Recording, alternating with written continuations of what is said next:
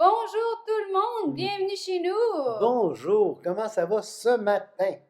Ce matin, c'est une belle journée de neige en ce 20 avril. J'en suis ravi. Passons au proverbe. Proverbe 8 aujourd'hui est un proverbe qui a un beau titre, La louange de la sagesse. Allez, Patrice, lis-nous ça. Bon, la sagesse ne crie-t-elle pas? L'intelligence ne lève-t-elle pas sa voix?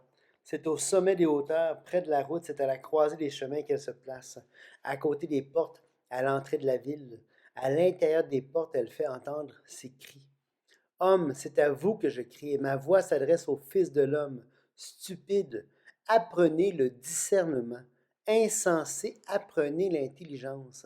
Écoutez, car j'ai des grandes choses à dire, et mes lèvres s'ouvrent pour enseigner ce qui est droit, car ma bouche proclame la vérité, et mes lèvres ont en horreur le mensonge.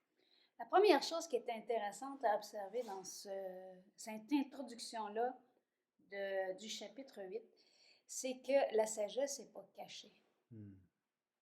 Elle est là. Elle crie à tous. Elle est disponible pour tous. Elle élève sa voix dans les hauteurs. Elle élève sa voix à la croisée des routes. Peu importe le chemin auquel on se trouve, elle est là et elle crie. Exactement. À côté des portes, à l'entrée de la ville, à l'intérieur des portes. À la croisée des chemins. Ça va, tu sais, quand il y a une croisée de chemin, quelle voie empruntes-tu? Et ce qui est intéressant aussi, c'est le verbe apprendre. Apprenez le discernement. Apprenez l'intelligence. C'est quand même hot. On peut apprendre à être intelligent. C'est pas quelque chose au-delà de nos Non. forces, puisque la sagesse est là, puis elle crie, elle veut faire entendre sa voix. Et c'est intéressant, au verset 6, ça dit écoutez, car j'ai de grandes choses à dire, et mes lèvres s'ouvrent pour enseigner ce qui est droit, car ma bouche proclame la vérité, et mes lèvres ont en horreur le mensonge. Et là, c'est une belle. Là, c'est comme si la sagesse est en train de commencer l'éloge de son propre contenu. Ouais. Et la première chose qu'elle dit, c'est que la sagesse est remplie de vérité et que ses paroles sont justes. Rien de faux, rien de détourné, pas de double sens. Et donc, ce qui est droit, ce qui est vrai est droit. Donc, on voit vraiment l'importance de la rectitude morale pour la sagesse. Si tu es droit, moralement droit, ben c'est déjà un bon signe de sagesse. Si tu es croche, si tu es moralement douteux, la sagesse est douteuse. Je propose de continuer dans Oui. l'éloge de cette sagesse-là. Toutes les paroles de ma bouche sont justes, elles n'ont rien de faux ni de détourné. Toutes sont claires pour celui qui est intelligent et droites pour ceux qui ont trouvé la science. On se rappelle qu'est-ce que c'est la science? Qu'est-ce que c'est la science? Ben, en tout cas, c'est pas la physique puis la bio, là. C'est la connaissance de l'Éternel, c'est la connaissance, hein? La connaissance, apprendre la connaissance, à connaître Dieu finalement. Et si tu veux commencer, rappelle au verset 7 du chapitre 1, la crainte de l'Éternel est le commencement de la science. Ouais, c'est ça. Donc, si tu as trouvé la crainte de l'Éternel, ben, tu as trouvé le commencement de la science. Préférez mes instructions à l'argent et la science à l'or le plus précieux. Car la sagesse vaut mieux que les perles. On a déjà vu ça dans le Proverbe 3,15. La même, elle est plus précieuse que les perles, elle a plus de valeur que tous les objets de prix. C'est comme si l'auteur des Proverbes ici est en train de prendre ce qu'il a déjà dit sur la sagesse et le met ensemble. T'sais, on a déjà vu la sagesse crier dans les rues. Elle s'est déjà adressée aux stupides. Donc, on voit vraiment que l'auteur ici du chapitre 8 veut vraiment comme récapituler exactement pour dire, hey, comprenez ce que c'est la sagesse. Oui, parce que même le Proverbe 11, le verset 11, pardon, du chapitre 8 est exactement le même que dans le chapitre 3, verset 15. Oui. Moi, la sagesse, j'ai pour demeure le discernement et je possède la science de la réflexion. La crainte de l'Éternel, c'est la haine du mal. l'arrogance de l'orgueil, la voie du mal. Voyez encore le parallèle, là. Je possède la science de la réflexion. Donc, il est en train de parler de la connaissance, de la réflexion, et tout de suite, il continue en disant la crainte de l'Éternel. Ouais. Il y a vraiment un lien. Un lien clair. Très proche. Un lien clair entre la sagesse, la haine du mal, entre la sagesse et la justice, entre la sagesse. Donc, dès qu'on voit, tu sais, si on se pose des questions sur la sagesse qui nous anime, hein, ben on a juste à considérer les fruits moraux. Est-ce que c'est moralement bon ou pas? Puis il y a un lien direct entre la science et la crainte de l'Éternel. Absolument. Ça me fait penser, tu sais, là, dans Jacques, là, quand il dit que la sagesse d'en haut, là, c'est quoi le passage? Attends un petit peu, je vais chercher ça. Jacques 1. Dans Jacques 1, hein? 6, je pense. On va regarder ça. D'où serait qui sont en dispersion s'allumer. Frère, regardez comme un sujet déjà les dispersions disposés, sachant que l'épreuve de votre foi produit la patience, mais il faut que la patience accomplisse parfaitement son œuvre. OK, j'ai déjà appris Jacques 1 comme défi personnel. Ce qui m'épate, c'est qu'elle le retienne encore. Moi, j'ai déjà appris Jacques, puis c'est comme... je pense que c'est 8. Attends. Inconstant dans toutes ses voies. Non. Non. C'est quoi tu veux? C'est quoi la sagesse d'en haut est premièrement... Ah non, c'est plus long. Ça, c'est celui qui manque de sagesse. Ouais. Excuse-moi, j'ai pas compris. Non, ben, vas-y, je vais chercher ça. D'accord. La crainte de l'Éternel, on est rendu au verset 13, c'est la haine du mal. L'arrogance et l'orgueil, la voie du mal. Donc, il y a encore un beau parallèle. Hein? La crainte de l'Éternel, c'est reconnaître qui l'Éternel est. Puis on a déjà vu que ça contrastait avec les gens qui sont arrogants. Ouais. Qui veulent prendre la place, veulent garder le contrôle de leur propre vie en prenant la place qui revient à Dieu. Donc, tu trouvais ce que tu voulais dire? Oui, tout à fait. Alors, je te laisse parler. Lequel d'entre vous est sage et intelligent? Hein, tu pourrais dire la référence. Oui, Jacques 3,13. Lequel d'entre vous est sage et intelligent qu'il montre ses œuvres par une bonne conduite avec la douceur de la sagesse? Donc, on voit vraiment ici encore une fois le lien. Dans Jacques, Jacques fait le lien entre la sagesse et la rectitude morale, entre ce qui est moralement bon. Mais si vous avez dans votre cœur un zèle amer, un esprit de dispute, ne vous glorifiez pas et ne mentez pas contre la vérité. Cette sagesse n'est point celle qui vient d'en haut, mais elle est terrestre, charnelle, diabolique. Car là où il y a un zèle amer et un esprit de dispute, il y a du désordre et toutes sortes de mauvaises actions. La sagesse d'en haut est premièrement pure, pacifique, modérée, conciliante, pleine de miséricorde, de bons fruits, exempte de duplicité et d'hypocrisie. Le fruit de la justice est semé dans la paix par ceux qui recherchent la paix. Donc, on voit vraiment ces caractéristiques de la sagesse d'en haut, la sagesse céleste, hein, et elle est facile à évaluer en fonction de ses fruits, en fonction de sa droiture morale. Si c'est moralement bon, ben, il y a des bonnes chances que ce soit une sagesse d'en haut. On continue. Je ne savais pas si tu voulais rajouter autre chose. Le conseil et le succès m'appartiennent. Je suis l'intelligence, la force est à moi. Par moi, les rois règnent et les princes ordonnent ce qui est juste. Par moi gouvernent les chefs, les grands, tous les juges de la terre. On a un bel exemple de ça si on lit l'histoire des rois dans Chroniques et dans les rois. Parce qu'on voit que les rois qui ont craint l'Éternel, leur règne a perduré. Puis ceux qui étaient arrogants, qui se sont détournés des voies de l'Éternel, ben, le règne a été écourté, mettons. Oui, c'est ça. Donc, et c'est intéressant parce que là, quand on lit ça, on dit par moi les rois règnent. Oui, mais il y a des rois qui décident de vivre n'importe comment. Mais c'est pas ce qu'il est en train de dire aussi ici, c'est que le fait qu'il y a comment on pourrait dire ça? Le fait qu'il y a une hiérarchie, c'est la sagesse qui a instauré cette hiérarchie-là. Tu sais, le fait qu'il y a des rois, qu'il y a des gouvernements, qu'il y a des princes, qu'il y a des chefs, qu'il y a des grands qui sont établis comme juges. On se rappelle que quand les juges ont été instaurés, il y avait Moïse qui était en train d'essayer de régler tous les conflits du peuple qui venait tout le voir. Puis là, son beau-père, Jéthro, lui a dit « Hey, tu pourrais peut-être choisir des hommes sages qui s'occupent d'être juges puis d'établir les choses, de choisir. Fait que c'était un conseil qui était sage aussi. Fait que le fait que les grands, qu'il y a eu des juges sur la terre, tout ça, c'est pas seulement le fait des personnes en tant que telles. Je parle de la structure qui a été établie Ouais. par la sagesse. Oui, absolument. Ouais. J'aime ceux qui m'aiment et ceux qui me cherchent me trouvent.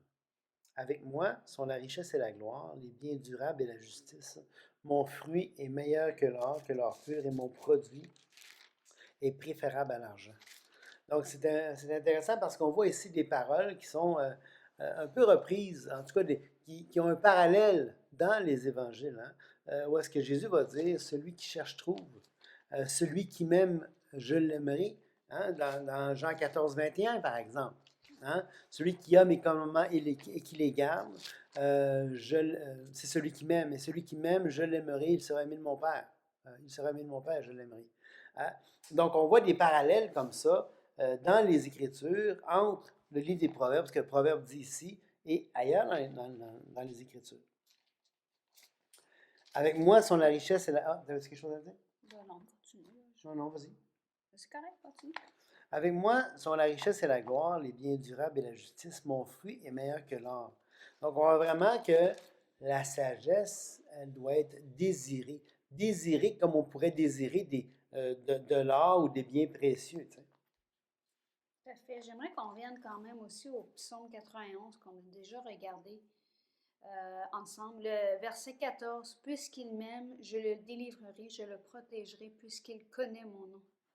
Il m'invoquera et je lui répondrai, je serai avec lui dans la détresse. Je le délivrerai et je le glorifierai. Quand on lit ça, on pourrait mécomprendre le texte quand ça dit que,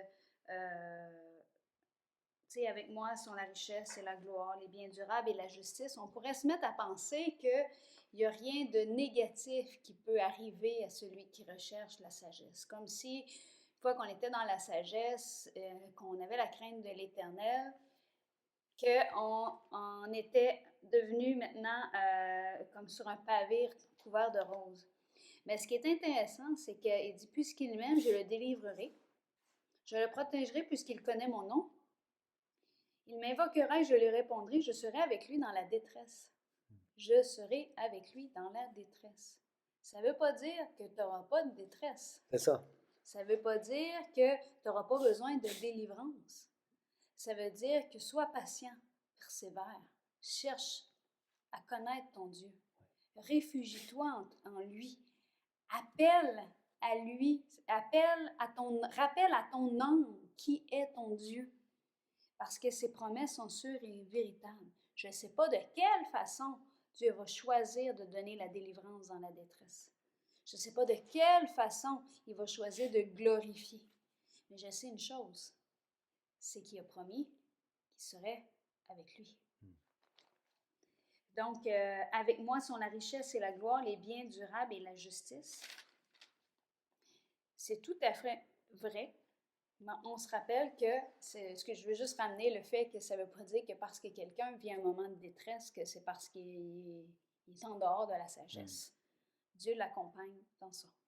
Au verset 20, « Je marche dans le chemin de la justice, au milieu des sentiers de la droiture, pour donner des biens à ceux qui m'aiment et pour remplir leur trésor. » C'est intéressant, on a déjà parlé que notre trésor, c'était entre autres notre cœur.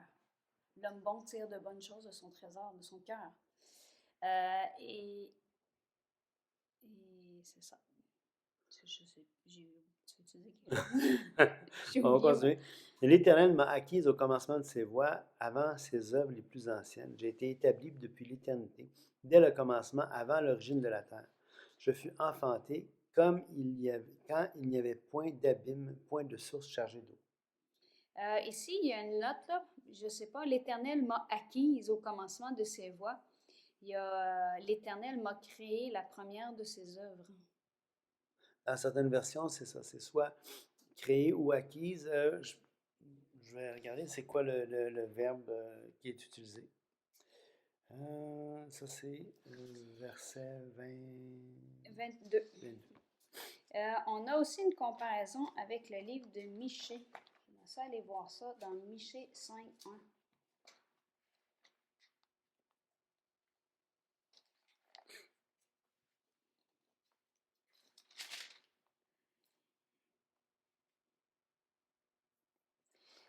Et toi, Bethléem Ephrata, petite entre les milliers de Juda, de toi sortira pour moi celui qui dominera sur Israël. On connaît bien ce passage-là, qui est la prophétie que le Messie va naître de Bethléem, et dont les activités remontent au temps ancien, au jour de l'éternité. Donc ici, on voit que Christ était dans le sein du Père et était manifesté dès les temps anciens. Il était là au commencement. Ben, le verbe, c'est canal. Ça veut dire, ça peut vouloir dire créer, en effet, mais c'est plutôt, c'est pas un verbe qui est habituellement utilisé pour dire ça, mais ça peut vouloir dire simplement posséder. Puis je pense que dans le contexte, c'est vraiment ça. L'Éternel me possédait au commencement de ses voies. Tu sais. Parce que je trouvais que c'était étrange que l'Éternel avait besoin d'acquérir la Oui, sagesse. c'est ça, tu sais. Mais encore là, c'est du poétique, tu sais. C'est un texte poétique, c'est des figures de style, tu sais. C'est là qu'on voit que justement, on ne peut pas tirer des affirmations métaphysiques tu sais, qui englobent tout à partir d'un livre poétique, parce que sinon, à un moment donné, ça fait pas de sens. Il faut réaliser le style littéraire du livre et comprendre ce que ça veut dire. Mais quand tu lis « J'ai été établi depuis l'éternité », oui. Ben, il n'y a pas de début à l'éternité. C'est exactement ça. Donc, il est établi depuis l'éternité, donc depuis pas de début. Ouais. Donc, c'est difficile de dire qu'il a été créé à un moment donné dans le temps. Ben, c'est ça. Et même si c'est un livre poétique, dans son contexte, il explique. Oui, absolument. Dès le commencement, avant l'origine de la Terre, c'est un peu humoristique de dire depuis l'éternité, dès le commencement. Oui, absolument. Et donc, c'est là qu'on voit que le contexte est important. C'est un livre poétique, c'est un contexte, il faut tout voir ça. Je fus enfanté quand il n'y avait point d'abîme, point de source chargée d'eau. Avant que les montagnes soient affermies, avant que les collines existent, je fus enfanté. Il n'avait encore fait ni la terre, ni les campagnes, ni le premier atome de la poussière du monde. Lorsqu'il disposa les cieux, j'étais là. Lorsqu'il traça un cercle à la surface de l'abîme, lorsqu'il fixa les nuages en haut et que les sources de l'abîme jaillirent avec force, lorsqu'il donna une limite à la mer pour que les eaux n'enfoncissent pas les bords, lorsqu'il posa les fondements de la terre, j'étais à l'œuvre auprès de lui.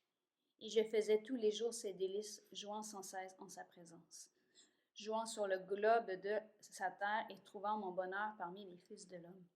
Donc ici, le passage est magnifique. C'est une belle éloge à la création. Ouais. Et oui, il y a beaucoup de textes dans la Bible qui parlent que Dieu est le créateur du ciel et de la terre, et non pas seulement le texte de Genèse. Et quand on lit ce passage-là, ben moi, ça me rappelle, comment je pourrais dire ça? Ça me rappelle que notre Dieu est un Dieu créateur. Oui, carrément. Et qu'il a créé l'univers avec toute sa sagesse. C'est beau. Et maintenant, mes fils, écoutez-moi. Et heureux ceux qui observent mes voies. Tu vois, c'est intéressant parce que là, ils viennent de dire, écoute, moi, j'étais là, dès le commencement. Dès l'éternité, j'étais là. Fait que quand il dit, quand le père dit, écoute la sagesse n'écrit-elle pas? Et que là, il a dit à ses fils, écoute-moi là, quand je te dis ça, là. Heureux ceux qui observent mes voies, écoutez l'instruction pour devenir sage, ne la rejetez pas. Heureux l'homme qui m'écoute, qui veille chaque jour à mes portes et qui en garde les poteaux. Car celui qui me trouve a trouvé la vie et il obtient la faveur de l'Éternel. Mais celui qui pêche contre moi nuit à son âme.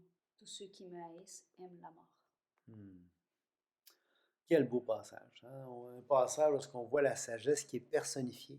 On l'avait vu personnifiée un peu avant dans les proverbes, mais là, elle est personnifiée. Le texte et le proverbe 8 va vraiment développer cette idée, va vraiment la montrer comme, regarde, la sagesse, elle est précieuse. C'est comme une personne qui fait du bien à ceux qui la choisit. T'sais. Donc, c'est vraiment... moi, je trouve ça un passage qui est magnifique. Certains ont vu dans ça, dans l'histoire de l'Église, puis même un peu, dans l'histoire de l'Église. Ils ont vu comme si c'était Jésus qui parlait ici. Personnellement, je ne sais pas s'il parle de Jésus. Je pense qu'il personnifie carrément, simplement. La manière la plus simple de comprendre le texte, c'est qu'il arrête de personnifier la sagesse, tout simplement. Puis que la sagesse, ben écoute, on doit faire attention pour acquérir la sagesse développer l'intelligence, puis s'assurer de marcher sagement dans le monde présent. Tu sais. C'est sûr qu'en même temps, puisqu'on a dit que la sagesse, c'était la crainte de l'Éternel, puis qu'aujourd'hui, avec la révélation complète qu'on a des Écritures, complète, ce que je veux dire, c'est que maintenant, on a le Nouveau Testament, on voit que celui qui procure la vie, c'est Christ. Exactement. Celui qui me trouve a trouvé la vie. Ouais. Donc, la chose, parce que dans le fond, la crainte de l'Éternel aujourd'hui, ouais. c'est de reconnaître qui est son Fils, parce que le Père a décidé de se manifester, de se révéler à travers le Fils. Ouais. Celui qui connaît le Fils a vu le Père. Oui. Puis en effet, il ne faut pas oublier que Christ est le Logos, donc la parole, qui veut aussi dire le raisonnement, ou pourrait être à la limite dire la sagesse. Donc, c'est pas que je veux.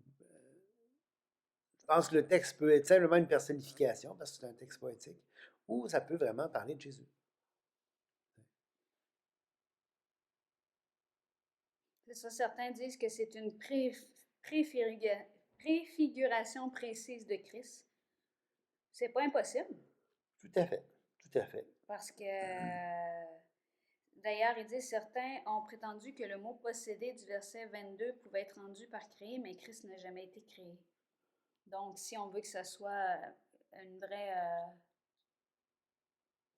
préfiguration, il faut vraiment qu'il y ait l'idée de posséder, ouais. Et non pas de... Puis dans tous les cas, Dieu n'a jamais pas été sage.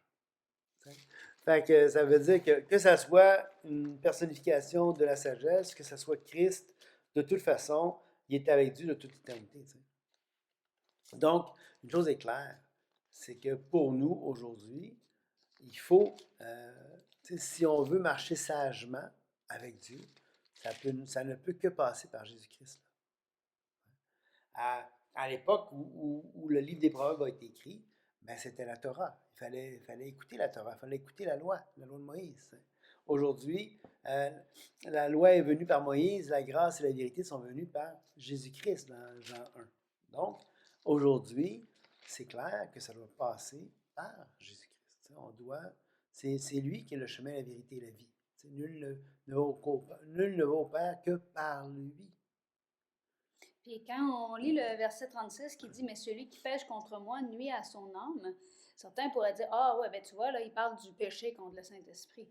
Je pense pas du tout parce que, ben peut-être, mais je pense pas parce que dans tout le texte des Proverbes, on voit que ceux qui ferment leurs oreilles à la sagesse vont se nuire à eux-mêmes. Oui, exactement. Donc, il est en train de ramener encore ça. Celui qui pêche contre la sagesse va se nuire à lui-même. Ouais. Et si tu haïs la sagesse, ben t'aimes la mort parce que le chemin loin de la sagesse finit par la mort. Exactement. Tout simplement. Tout simplement. Eh bien, ce fut un beau partage. Aujourd'hui, on a passé à travers le Proverbe 8. Oui. Et bien, on vous souhaite une belle journée. On vous invite à relire le Proverbe 8 à la maison aujourd'hui. Relisez-le par vous-même. Prenez le temps de savourer la sagesse. Et vous pouvez lire aussi le chapitre 9 qu'on va regarder ensemble demain. Bonne journée. Bonne journée, que Dieu vous bénisse.